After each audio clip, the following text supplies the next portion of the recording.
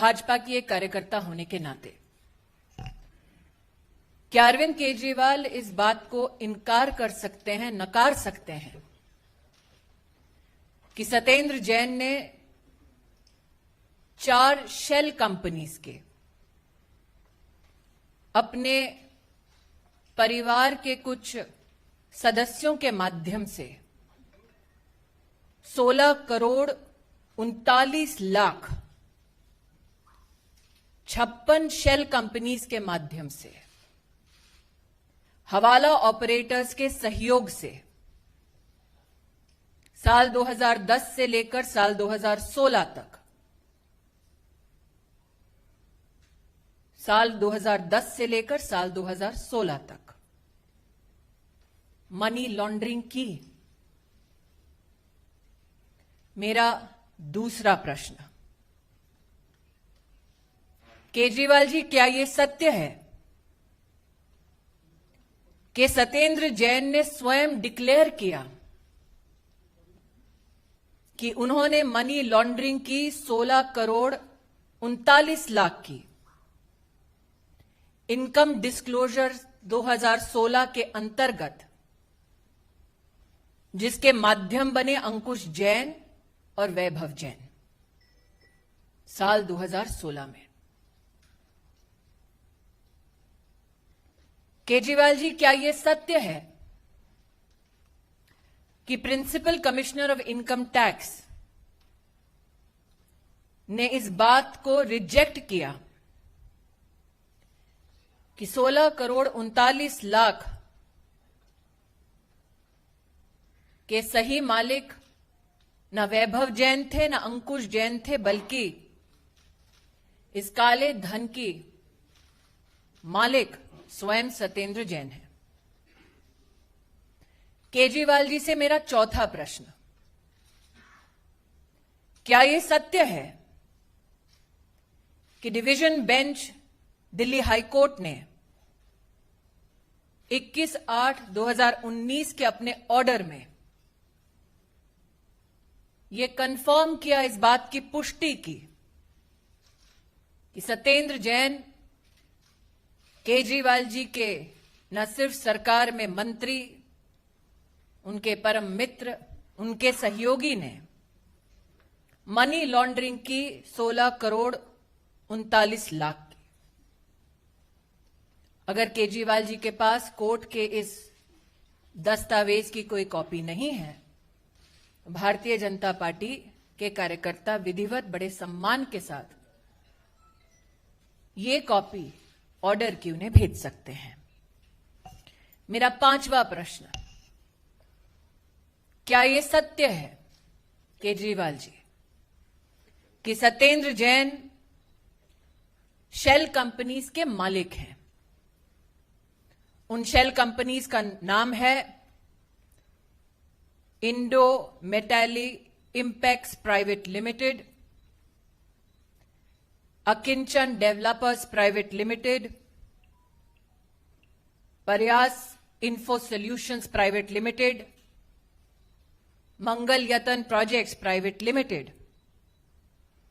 और ये कंपनियां वो अपनी धर्मपत्नी जी के साथ शेयर होल्डिंग के माध्यम से कंट्रोल करते हैं। एक और company JJ ideal estate limited, इसमें majority share holding Satyendra Jain की, उनके परिवार की, उनकी धर्मपत्नी की, जिसको कल केजरीवाल जी प्रेस के माध्यम से ढांढस बंधा रहे थे कि भाभी जी डरने की जरूरत नहीं है। ये केजरीवाल जी के शब्द थे। क्या यह सत्य है, मेरा छठा प्रश्न, कि सत्येंद्र जैन ने 200 बीघा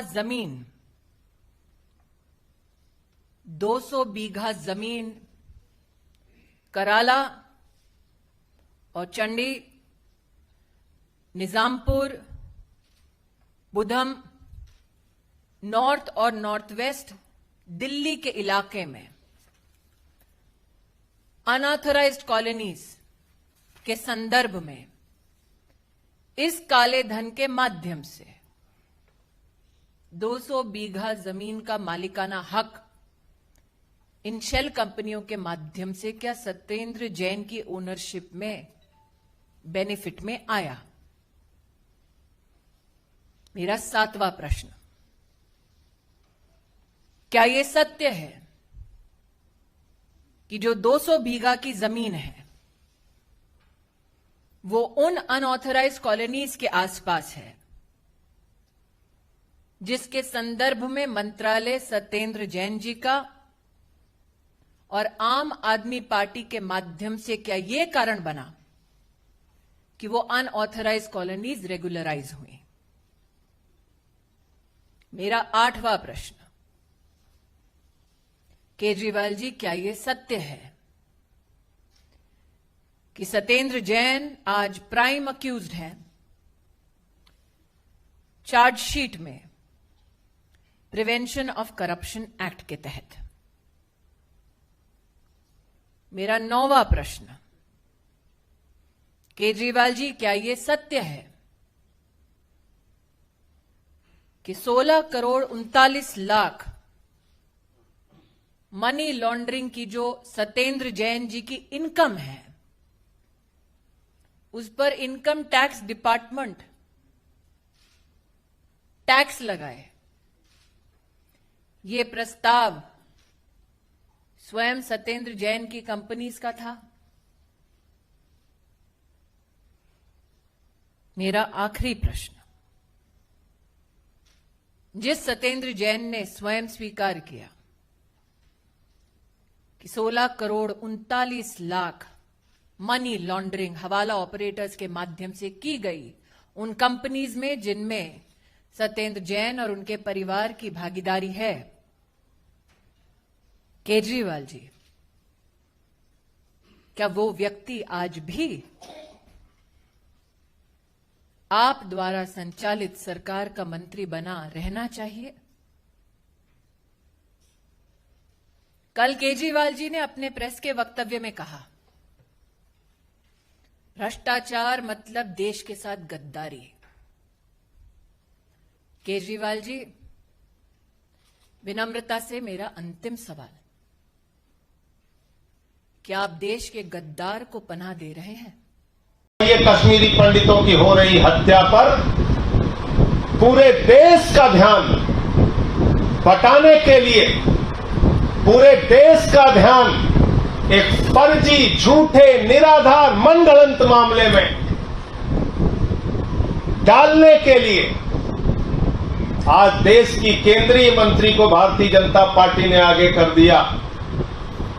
सत्येंद्र जैन पे झूठा, बेबुनियाद और निराधार केस उठाने के लिए मैं पूछना चाहता हूं, 8 साल से जो ईडी सो रही थी वो ठीक हिमाचल के चुनाव के पहले हिमाचल के इंचार्ज सत्येंद्र जैन को क्यों उठाती है?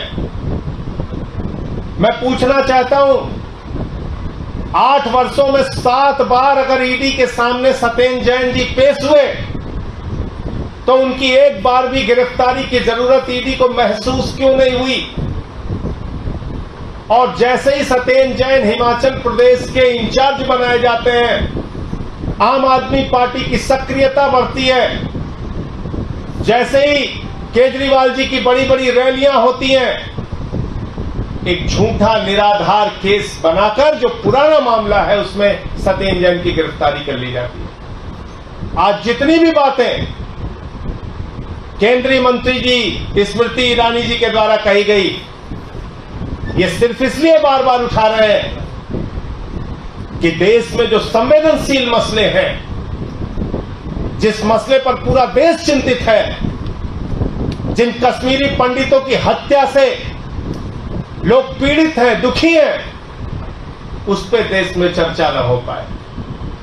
अच्छा होता अगर भारत की सरकार और उसके मंत्री इस वक्त कैबिनेट की मीटिंग करके यह योजना बना रहे होते कि आतंकवादियों का सफाया कैसे करना, यह योजना बना रहे होते कि कश्मीरी पंडितों को सुरक्षा कैसे देनी है, यह योजना बना रहे होते कि कश्मीरी पंडितों की जान कैसे बचानी है। कश्मीर फाइल्स फिल्म बना के पूरे देश में रोने का काम करते हो भाजपाई हो, लेकिन जब कश्मीरी पंडितों की हत्या हो रही है खामोश हो। किसी एक केंद्रीय मंत्री का दुख भरा ट्वीट नहीं आया, शोक संवेदना का ट्वीट नहीं आया, सरकार की कोई चिंता नहीं आई।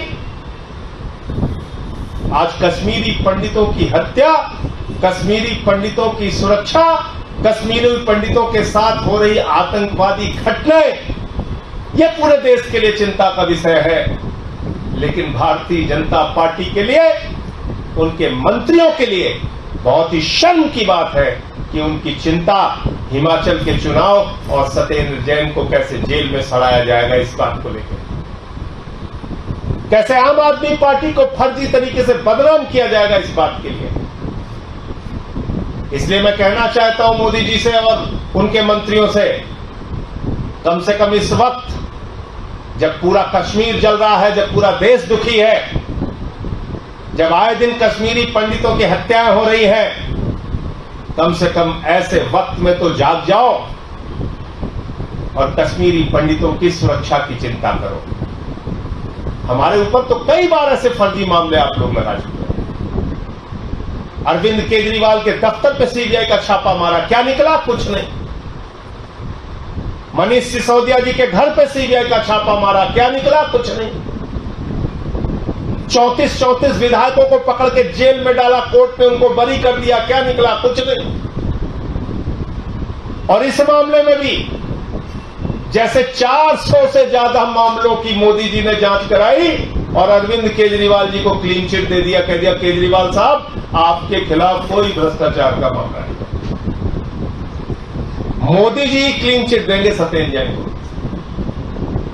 मोदी जी क्लीन चिट देंगे। उन्हीं की जांच एजेंसी बताएगी कि सत्येंद्र जैन के मामले में भी कुछ नहीं मिला।